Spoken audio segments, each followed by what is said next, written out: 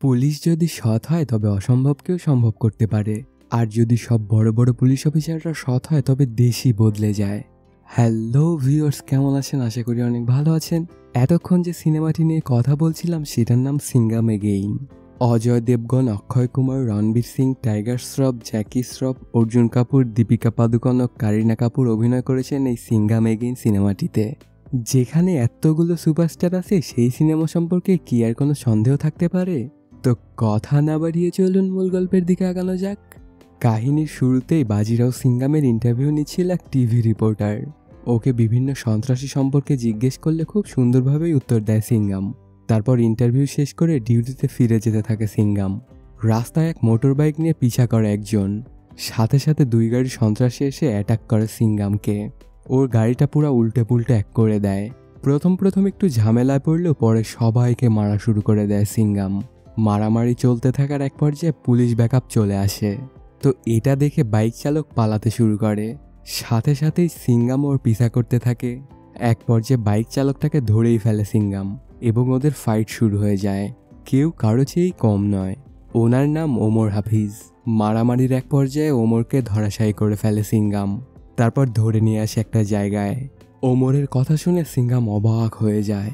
ওমর জানায়, আমি একা নই, আমার পিছে যে আছে সে তোর দেশকে এক ঝাটকায় শেষ করে দিবে। আসলে এই পুরো সময় ওমর শ্রীলঙ্কায় ছিল। ওখানেই ওর কালো ব্যবসা ও বাণিজ্য চলে এবং সেই টাকা দিয়ে এই দেশকে নষ্ট করার চেষ্টা করছে ওমর। তারপরই হোম মিনিস্টারের সাথে দেখা করে সিঙ্গাম। হোম মিনিস্টার সিঙ্গামকে একটা নতুন কাজ দেয়। সিবিআই এফবিআই এর মতো নতুন এক সংস্থা বানায় যেটার নাম দেয় শিবা স্কোয়াড। আর এই স্কোয়াডের বস বানায় সিঙ্গামকে। এই স্কোয়াডের মূল কাজ হবে বড় বড় সন্ত্রাসীদের ধরা।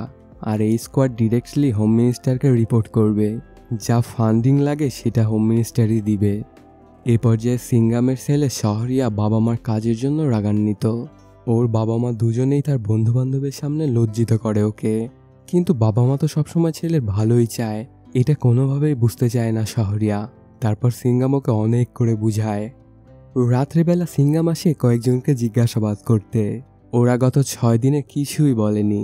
পুলিশ অনেকভাবে চেষ্টা করলেও কোনো লাভই হয়নি। তো সিঙ্গাম এসেই ওদেরকে এমন ভয় দেখায় যে ওরা বলা শুরু করে। ওরা সবাই ডেঞ্জার লঙ্কা নামের একজনের জন্য কাজ করে। সে নাকি অনেক বেশি ভয়ঙ্কর। পুরো পুলিশ ফোর্সও নাকি ডেঞ্জার লঙ্কার জন্য কম হয়ে যাবে।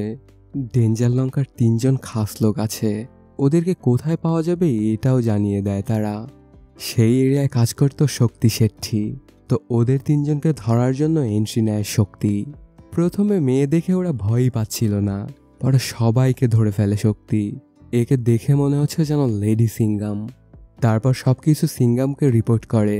তখন সিঙ্গাম জানায় কালকে ওদেরকে ভালোভাবে নিয়ে এসো আমার কাছে। থানায় ধরে আনার পরে ওরা 3 জন শক্তিকে বোঝানোর অনেক চেষ্টা করে যে আমাদের ছেড়ে দে, না হলে ডেঞ্জার লঙ্কা চলে আসবে। আর যদি ডেঞ্জার লঙ্কা চলে আসে তাহলে তোর পুলিশ স্টেশনই থাকবে না। কিন্তু কোনো কিছুরই পরোয়া নেই শক্তির। তার যেটা ভালো মনে হয় সে সেটাই করবে। আর সিঙ্গামের কথা তো সে কখনোই অমান্য করতে পারবে না। রাত্রেবেলা শক্তি যখন থানায় ছিল না তখন থানায় অ্যাটাক করে ডেঞ্জার লঙ্কা। একদম সেই স্টাইলে থানায় ঢুকে পুলিশকে কুচকাটা করতে থাকে সে। পুলিশের কাছে বন্দুক থাকলেও কোনো কিছুরই তোয়াক্কা নেই ডেঞ্জার লঙ্কার। সবাইকে মেরে ছাপ করে ফেলে। তারপরে 3 জনকে ছাড়িয়ে নিয়ে চলে যায় সে। পরদিন সকালবেলা শক্তি সবার চিতার সামনে দাঁড়িয়ে চোখের পানি ফেলছিল। এক পুলিশের বউ অনেক কথা শোনায় ওকে, কারণ যেই সময় ডেঞ্জার লঙ্কা অ্যাটাক করেছিল তখন কেন শক্তি সেখানে ছিল না, তার বাচ্চাকে সে কি জবাব দিবে। এগুলো শুনে আরও ভেঙে পড়ে শক্তি। ঠিক তখনই সেখানে চলে আসে সিঙ্গাম আর শক্তিকে সান্ত্বনা দেয়। তারপরই থানায় এসে সবকিছু চেক করে দেখে কোনো ক্লু পাওয়া যায় কিনা। ঠিক তখনই দয়া এসে কিছু তথ্য দেয় সিঙ্গামকে যে ওই 3 জনকে কোথায় শেষবার দেখা গিয়েছিল। তো সেখানে যাওয়ার জন্য শক্তিকে অর্ডার দিয়ে দেয় সিঙ্গাম। এদিকে রামলীলার এক প্রজেক্টের জন্য সিঙ্গামের বউ অভনি অন্য একটা শহরে আসে। এখানে সবকিছু ঠিকঠাকই চলছিল, খুব ভালোভাবেই শেষ হয় প্রজেক্টটা। তারপর পাশেই বসে থাকে অভনি। হঠাৎই সেখানে এন্ট্রি নেয় ডেঞ্জার লঙ্কা। প্রথমে সে ভালোভাবেই কথা বলছিল, তবে আস্তে আস্তে সিঙ্গামকে নিয়ে বাজে মন্তব্য করা শুরু করে দেয় ডেঞ্জার লঙ্কা। খারাপ কিছু ঘটতে পারে ভেবে অভনি চলে যেতে চায় সেখান থেকে। ঠিক তখনই খপ করে ওর হাত ধরে ফেলে ডেঞ্জার লঙ্কা আর জোর করে ওকে তুলে নিয়ে চলে যায়। এদিকে সোর্স মোতাবেক ওই তিনজনকে ধরার জন্য শক্তি অন্য একটা জায়গায় এসেছিল, কিন্তু কাউকেই পায় না সেখানে। ঠিক তখনই সিঙ্গাম শক্তিকে ফোন দিয়ে জানায় এটা একটা ট্র্যাপ ছিল, ডেঞ্জার লঙ্কা অবনীকে ধরে নিয়ে গেছে। এটা শুনে অনেক চিন্তায় পড়ে যায় শক্তি। এ পর্যায়ে দয়াসহ আরো কয়েকজন খুঁজতে খুঁজতে অবনীকে পেয়ে যায়।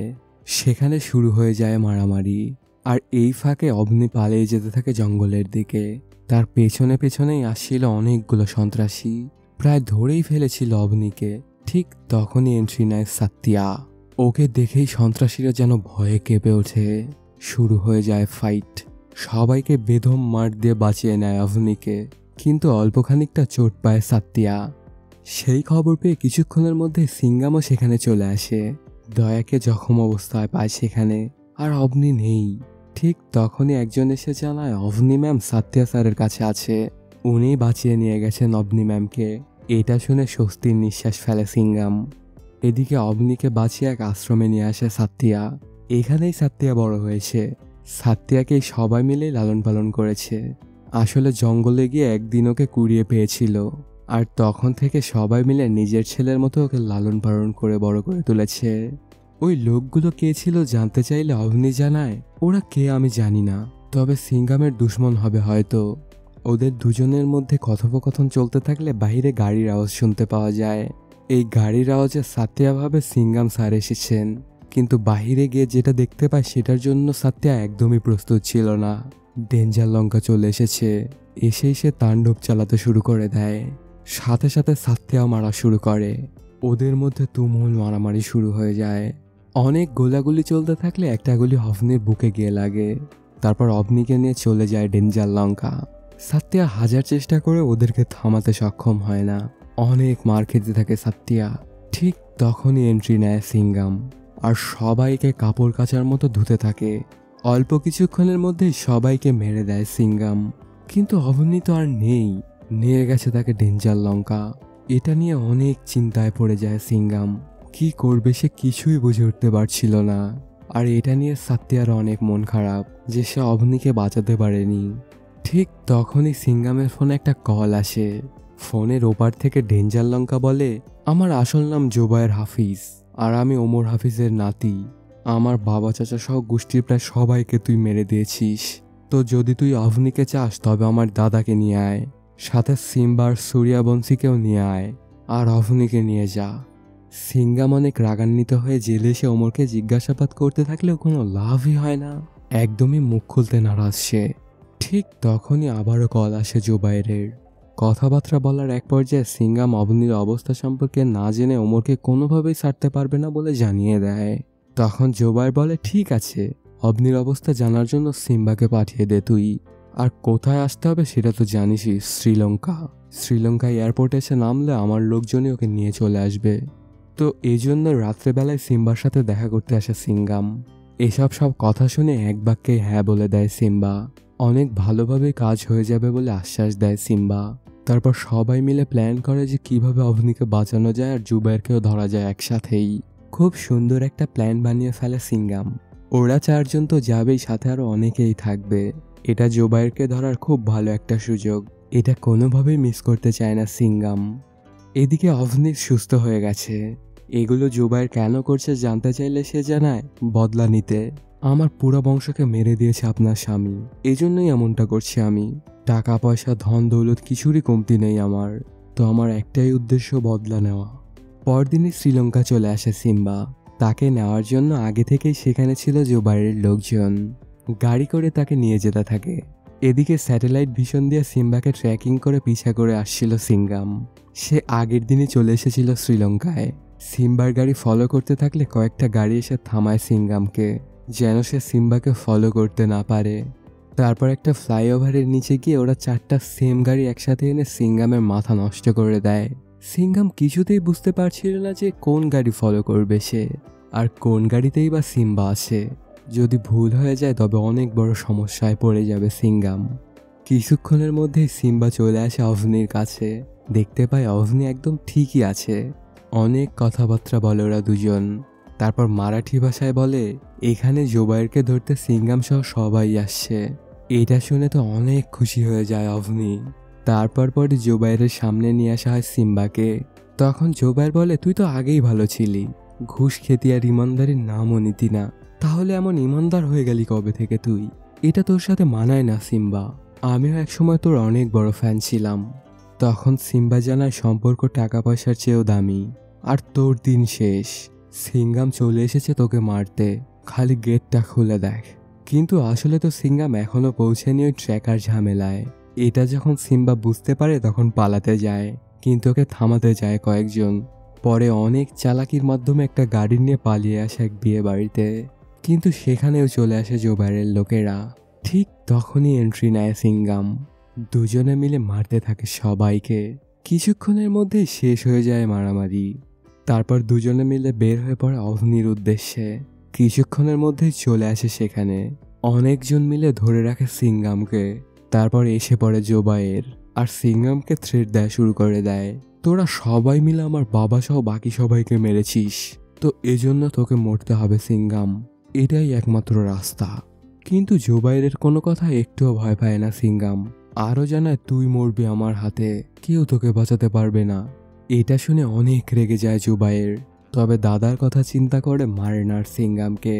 তারপর ওদের তিনজনকে ধরে এক ঘরে আটকিয়ে রাখে, দাদা আসার সাথে সাথেই মেরে দিবে ওদেরকে। কিছুক্ষণ পরে জোবাইর এসে হোম মিনিস্টারের সাথে কথা বলিয়ে দেয় সিঙ্গামের। হোম মিনিস্টার জানায় আমরা ওমরকে ছাড়ছি, তবে অভনির সাথে ওমরকেও দেশে আনতে হবে, কিন্তু এটাতে রাজি হয় সিঙ্গাম। তবে জোবাইর অট্টহাসিতে ফেটে পড়ে যে আমার রাজ্যে সে কেউ ফিরে যেতে পারবে না। পরদিন সকালবেলা সেখানে এসে পড়ে শক্তি আর সাত্তিয়া, এসেই গোলাগুলি শুরু করে দেয়, সবাইকে পাখির মতো মারতে থাকে ওরা। এদিকে সিঙ্গাম আর সিম্বাও ফাইটে যোগ দেয়। জোবাইরের এতগুলো লোকও যেন কম পড়ে যাচ্ছে এমন তাণ্ডবলীলা চালাচ্ছিল ওরা সবাই মিলে। ফাইট চলতে থাকলে আচমকাই এন্ট্রি নেয় সূর্যবংশী, সাথে অনেকগুলো হেলিকপ্টারও নিয়ে আসে। তুমুল রূপে চলতে থাকে ফাইট। মারামারি চলতে থাকলে কিছুতেই জোবাইরকে খুঁজে পাওয়া যাচ্ছিল না, অনেক খোঁজাখুঁজি করে কোনো লাভই হচ্ছিল না। হঠাৎই একটা কার নিয়ে পালাতে থাকে জোবাইর, ওকে পিছা করা শুরু করে দেয় সিঙ্গাম। তারপর এক পর্যায়ে জোবাইরের গাড়িকে ধাক্কা দিয়ে ফেলে দেয় সিঙ্গাম এবং মারামারি শুরু হয়ে যায়। কেউ কারো চেয়েই কম নয়, যেন বাঘের সিংহের লড়াই। অনেকক্ষণ মারামারি করার পর ধরাশায়ী করে ফেলে জোবাইরকে। ঠিক তখনই অনেক পুলিশ সহ অনেক কমান্ডো চলে আসে সেখানে। তারপর কমান্ডোরা জোবাইরকে ধরে নিয়ে যেতে লাগলে একজনের বন্দুক কেড়ে নিয়ে গুলি করতে যায় সিঙ্গামকে, সাথে সাথেই এক পতাকার লাঠি দিয়ে মেরে দেয় জোবাইরকে। এত বড় সন্ত্রাসীর সমাপ্তি ঘটে এইভাবেই। এই পর্যায়ে সবাই স্বস্তির নিঃশ্বাস ফেলে। তারপর সবাই মিলে খুনসুটিতে মেতে ওঠে। এরা সবাই আসলে একটা পরিবারের মতোই, দেশের বাজে সময় সবসময় কাজে দেয় এরা, একজন আরেকজনের জন্য জান বাজি ধরেও লড়তে প্রস্তুত। দেশে যতবারই কোনো বড় সন্ত্রাসী আসবে ততবারই এরা প্রতিহত করবে, আর এর মাধ্যমে শেষও হয়ে যায় সিনেমাটি। তো বন্ধুরা, কেমন লাগলো আজকের এই এক্সপ্লেইনটি জানাতে কমেন্ট করুন, আর যদি ভালো লেগে থাকে তবে অবশ্যই সাবস্ক্রাইব করুন। দেখা হচ্ছে নতুন কোনো ভিডিওতে। Till then, সায়োনারা।